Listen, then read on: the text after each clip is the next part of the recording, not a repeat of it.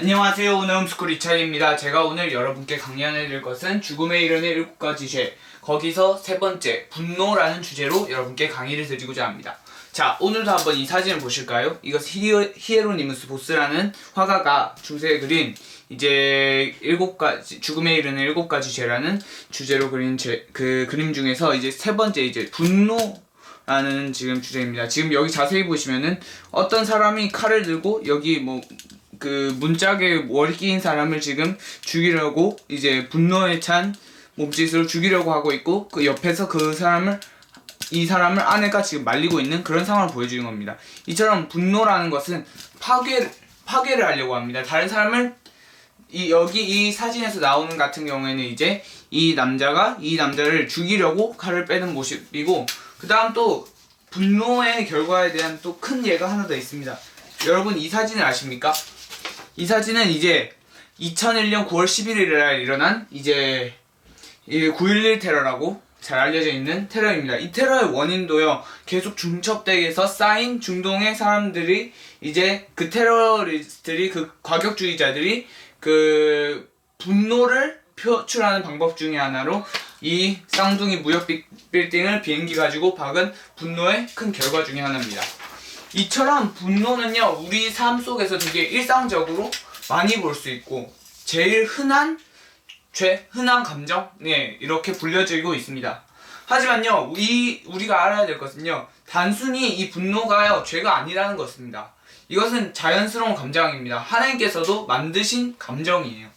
왜 그러냐면요, 의로운 분노, 그러니까 악한 것을 보고 막 하나님 모독하는 사람이 있거나, 아니면은 약한 자를 구타하거나 폭행하는 사람들을 보고 느끼는 의로운 분노는요, 정의를 실현할 수 있고요, 불의, 거짓된 것, 아니면은 의에 반대되는 불의에 대응할 수 있습니다. 그리고요, 아리스토텔레스는요 이렇게 말했습니다. 적당한 분노는 악이 아니다. 오히려 그것은 미덕이다. 일반적인 세상 사람들도 그렇게 생각하고 있고, 우리 진짜 기독교인들도 그 성경에도 그렇게 써져 있습니다. 옳은 것에 대한 의로운 분노는요, 그것이 결코 죄가 아니다. 의로운 분노는 오히려 불을 대응할 수 있는 강력한 힘이라고 했습니다. 그 예가 모세는 이제 사람들이 금송아지를 만들었을 때 그것에 대해서 되게 분노를 느끼면서 그 죄를 제거하려고 했고, 다윗도 그 하나님 모독하는 골리앗을 보면서 골리앗을 쳐 죽였습니다. 그리고 예수님도요, 성전을 더럽히시는 예수님께서도 성전을 더럽히는 성전을 더럽히는 장사꾼들을 보면서 내 아버지의 집에서 뭘 하는 것이냐 하면서 화를 내십니다. 야 이놈들아 하면서 이렇게 상을 다 엎으셨죠. 그리고 하나님도요, 하나님께서 사랑하시는 백성들을 폭행하거나 백성들을 핍박하는 악한 자들을 볼 때 진노하십니다. 그리고 마지막 날에는 그 진노의 잔을 쏟으실 거죠. 이처럼 분노라는 것이 단순한 분노라는 것 자체가 그것은 죄다 이렇게 말할 수 없습니다. 왜냐하면은 오히려 그 분노라는 것 자체가 좋은 결과를, 더 좋은 불을 대항할 수 있는 힘으로, 정의를 실현할 수 있는 힘으로 작용할 수 있기 때문이죠. 그러면은 왜 분노가 죄인 걸까요? 그것은 그것의 결과 때문입니다.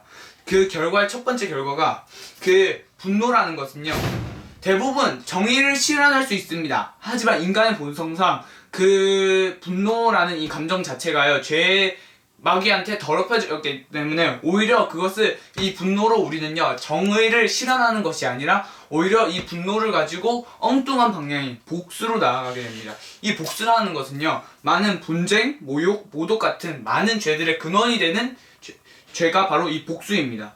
복수는요, 전혀 상황을 개선하지 않습니다. 오히려 다른 사람을 증오하게 만들고 그 사람을 오히려 공격을 악순환하는 것이죠. 예를 들어 영국 같은 데도요, 이제 이 방망이가 있습니다. 그러면 이제 영국이나 섬나라는 일본 같은 경우에도 이제 한 사람이 어떤 사람을 딱 때립니다. 그러면요, 그 사람이 어떤 사람이 죽었습니다. 그러면은 그 죽은 사람의 친척이나 가족인 사람이 오히려 분노에 불타서 복수심에 불타서 쳐 죽인 사람을 또 때려요. 그럼 그 사람은 또 죽습니다. 그러면요, 죽은 사람의 가족이나 친구나 그 사람이 또 때려요. 그러면 이 복수극이 계속 일어날 것입니다. 결코 상황을 종료시키지 않고 오히려 더 악화시켜서 결국 온 나라가 망하게 되는 길이 될 수 있는 거죠. 복수라는 것 자체가. 그런 것 때문에 일단 살짝 본론에서 살짝 빠져나가는 얘기긴 하지만은 일단 일본과 그 영국 그런 섬나라는요 도망칠 공간이 없기 때문에 아예 복수하는 것 자체를 금해버립니다. 그런 것처럼 이 복수라는 것은요 결코 상황을 개선하지 않고 오히려 공격의 악순환, 증오의 악순환을 불러일으킵니다. 그렇기 때문에 예수님께서는요 마태복음 5장 44절의 산상수훈에서 나는 너에게 이르노니 너희 원수를 사랑하며 너희를 박해하는 자, 아까 전에 때리는 사람 있죠. 그 사람에 대해서 그 사람을 다시 우리가 방망이로 때리고 총을 쏘는 게 아니라 그 박해하는 자를 위해서 기도하라라고 예수님께서 말씀하십니다. 그렇기 때문에 분노 그 자체는 죄가 아닙니다. 하지만 분노를 하고 나서 그 다음에 그것에 대해서 그 정의를 실현하는 것이 아니라 오히려 그것에 대해서 더 악한 마음을 품고 복수하려고 하고 그 사람을 증오하게 된다면은 그 순간 분노는 죄로 바뀌어버립니다.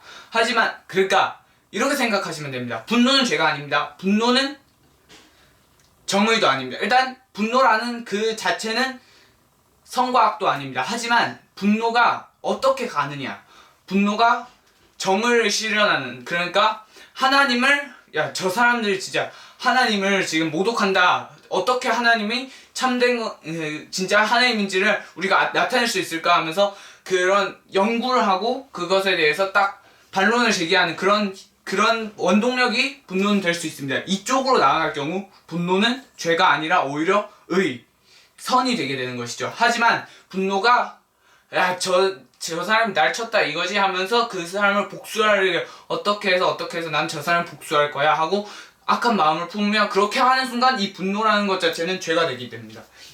방금 전에 제가 말씀드린 이 예들이 다 이런 악으로 가는 그런 예였죠. 그 다음에 두 번째, 분노가 죄인 두 번째 근거, 그 분노의 결과는요 파괴성입니다. 엄청난 파괴를 합니다. 이 분노라는 것은요 우리가 일단 이성 자체가 그 순간 분노하면은 이성적인 판단을 우리는 하지 못합니다. 그 결과 무모하게 대책 없이 행동을 합니다. 아까 전에 보신 이 구일레테러도 이제 테러리스트는 그냥 대책 없이 일으킨 겁니다.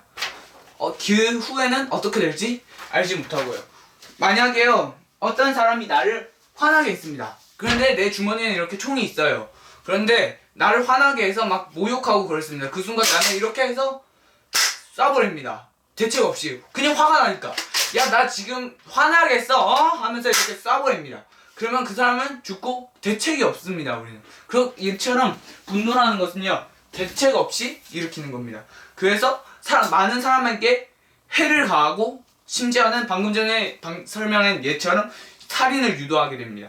그렇처럼 이 분노라는 것은요, 무모하게 대책 없이 많은 것을 파괴합니다. 이 파괴는요, 하나님의 질서는요, 완벽하게 평안합니다. 평안하고 절대 사람끼리 충돌하는 일이 없고, 평안하고 하나님께서 그 위에서 임하시는 상태가 하나님의 평안입니다. 하지만 이 파괴하는 분노가 일으키는 결과 중에 하나인 이 파괴성은요, 하나님의 질서를 완전히 뒤틀어 버립니다. 완전히 그것에 반대되는 것이죠. 하나님의 질서에 반대되는 것은 죄입니다. 그렇기 때문에 이 분노라는 것이 만약에 그것이 파괴성, 이런 총을 쏘거나 아니면은 이 방망이를 휘둘거나 이런 것처럼 이렇게 파괴성을 일으키면요 하나님의 질서를 파괴하기 때문에 그 결과 이 분노가 죄가 되게 되는 것이죠. 자, 그 다음에 마지막으로요, 분노가 왜 죄이냐, 왜 분노의 결과에 대해서 살펴보도록 하겠습니다. 일단 가장 중요한 것은 하나님의 의를 가리는 것입니다. 만약에 여러분 한번 생각해 보십시오. 그냥 일반 그리스도인들이 자신이 옳지 못한 일을 그냥 당했다고, 그냥 그리스도인이 예를 들어 이렇게 생각해 봅시다. 어떤 이상한 무신론자가 그리스도인한테 이렇게 다가왔습니다. 그리고 딱 지적질을 합니다. 야, 너는 왜 하나님을 믿어? 어쩌고 저쩌고 하나님은 어쩌고 저쩌고 하면서 그 사람을 인신공격하기 시작합니다. 그럼 무신론자가 있다 칩시다. 그러면 이 그리스도인들이 맞고 그 다음에 막 뭐라고 그러면서 쌍욕을 퍼붓기 시작합니다. 그러면요 쌍욕을 퍼붓고 그 분노로 의로운 그 정의를 실현하는 것이 아니라 오히려 그 사람에게 복수를 가합니다. 보복을 가합니다. 야 인물 하면서 이렇게 죽방까지 한 대 날고 멱살까지 잡습니다. 이러면요 과연 누가 영광을 받게 되는 거예요? 이 결과 제일 기뻐하는 놈은 사탄놈입니다. 이 마귀놈이 제일 기뻐할 겁니다. 결코 우리가 불의한 분노를 품게 되고 그것을 행하게 되면요 결코 하나님의 거룩함에 도움이 되지 않습니다. 하나님께 영광을 돌리는 것에 결코 도움이 되지 않습니다. 오히려 하나님의 저 지금 화내고 지금 멱살 잡고 지금 쌍욕하는 저 사람이 지금 그리스도인이래. 진짜 기독교인들 진짜 이런 식으로 가게 되면서 오히려 하나님의 거룩함, 하나님의 영광을 올리지 못하고 오히려 추락시키는 것이죠. 그리고 우리가 분노하게 되는 그 순간에는요 하나님의 의가 우리 마음에 들어오려고 해도 우리는 분노로 가득 차 있는 상태이기 때문에 하나님의 영광, 의가 나한테 들어올 자리가 없습니다. 그렇기 때문에 이 분노라는 것이 불의한 분노, 그러니까 잘못된 방향으로 어긋난 이 분노는요 하나님의 의를 가리기 때문에 하나님의 영광을 돌리지 못하고 하나님의 영광을 추락시키기 때문에 그 때문에 이 분노, 잘못된 분노는 바로 죄라고 우리는 말할 수 있습니다. 그러면 우리는 이 분노를 어떻게 대처할 수 있을까요? 우리는요 일단 이것이 제일 중요합니다. 원수 갚는 것이 나한테 달리지 않았다. 성경은 이렇게 얘기합니다. 모든 것에 주권자 되시는 것은 나입니다. 우리가 분노하는 이유는요 우리가 그런 권리가 있기 때문에 그렇게 우리가 나에게 어떤 권리가 있는데 그것이 침해당했을 때 우리는 분노를 느낍니다. 왜? 그것이 침해당했기 때문에. 그렇지만요 하나님은 그렇게 얘기하지 않습니다. 너네는 지극히 모든 사람들이 다 악하다. 그렇기 때문에 너네는 그 다른 사람이 그렇게 해도 니네는 그런 권한이 없다. 원수를 갚을 권한이 없다. 모든 원수 갚기, 모든 심판은 나 하나님이 하는 것이지 너네는 그런 권리가 없다. 예수님께서도요 그 마태복음 행하시면서 가늠한 여자한테 죄 없는 자가 먼저 돌로 치라고 이렇게 말씀하셨습니다. 그처럼 원수 갚는 것은 우리가 하는 일이 아닙니다. 그렇기 때문에 나는요 심판자의 권리가 아예 없습니다. 그렇기 때문에 모든 심판이 하나님께 달렸다. 이것을 믿고 우리는 살아가야 됩니다. 그러면요 화나지만은 나는 심판자의 권리가 없어. 저 사람한테 뭐라고 할 권리가 없어. 왜냐? 나도 똑같은 죄인이기 때문에. 똥 묻는 사람이 어떻게 똥 묻는 사람한테 뭐라고 합니까? 그런 것처럼 우리는요 하나님이 심판자이심을 제대로 인정하는 그 순간 분노는 더 이상 일어나지 않게 됩니다. 그 다음에 두 번째, 궁극적인 해결책인 용서입니다.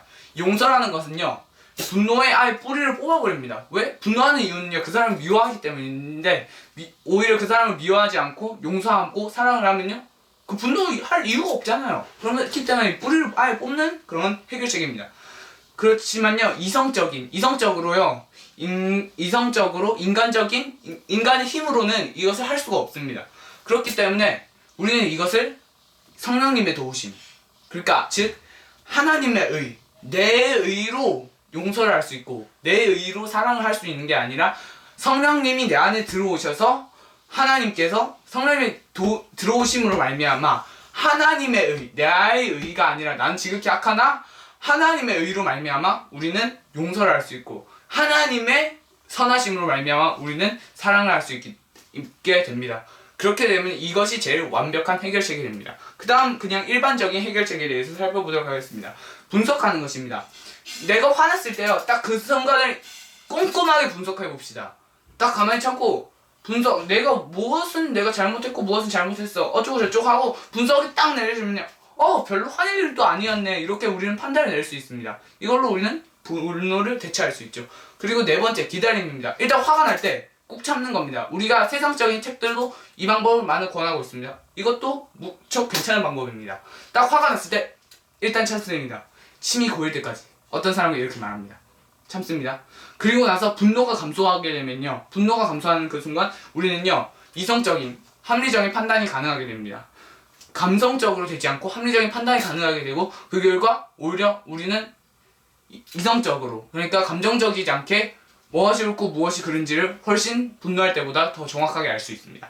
그 다음에 마지막은 에너지를 전환하는 겁니다. 그 에너지가 복수로 가면요 결코 안 됩니다. 복수로 가는 그 순간 그것은 바로 죄가 됩니다. 하지만 제가 아까 전에 말했죠. 그 분노라는 것이 좋은 의도, 즉 하나님께 영광을 돌리고 하나님께 영광을 돌리는 일에 사용된다면요 그것은 엄청나게 좋을 것입니다. 이 분노라는 것은요 엄청난 힘을 가지고 있습니다. 강력한 동명언입니다. 이것을 위하여 하나님께 영광을 돌린다면요 어찌 좋지 않겠습니까? 루터는 이렇게, 지금 종교개혁 딱 500주년 되는 그런 달입니다. 10월 2017년 10월이 루터는 이렇게 말합니다. 내가 화가 났을 때, 내가 저 불의한 하나님께 지금 하나님을 거짓되게 선포하는 저 카톨릭을 보면서 나는 분노를 느꼈다. 하지만 나는 이 분노를 그들을 복수하고 보복하는 데 사용하는 것이 아니라 하나님을 연구하며 성경을 탐구하는 일에 그 에너지를 사용하였다. 이렇게 말을 했습니다. 이처럼 우리는 이 분노라는 것을 정확하게 올바른 에너지로 돌린다면은 우리는 오히려 그것이 죄가 되는 것이 아니라 오히려 하나님께 영광을 돌리는 그런 큰 동명언으로 바꿀 수 있다.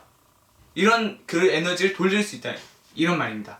네, 분노는 이런 것입니다. 분노는 단순한 죄가 아닙니다.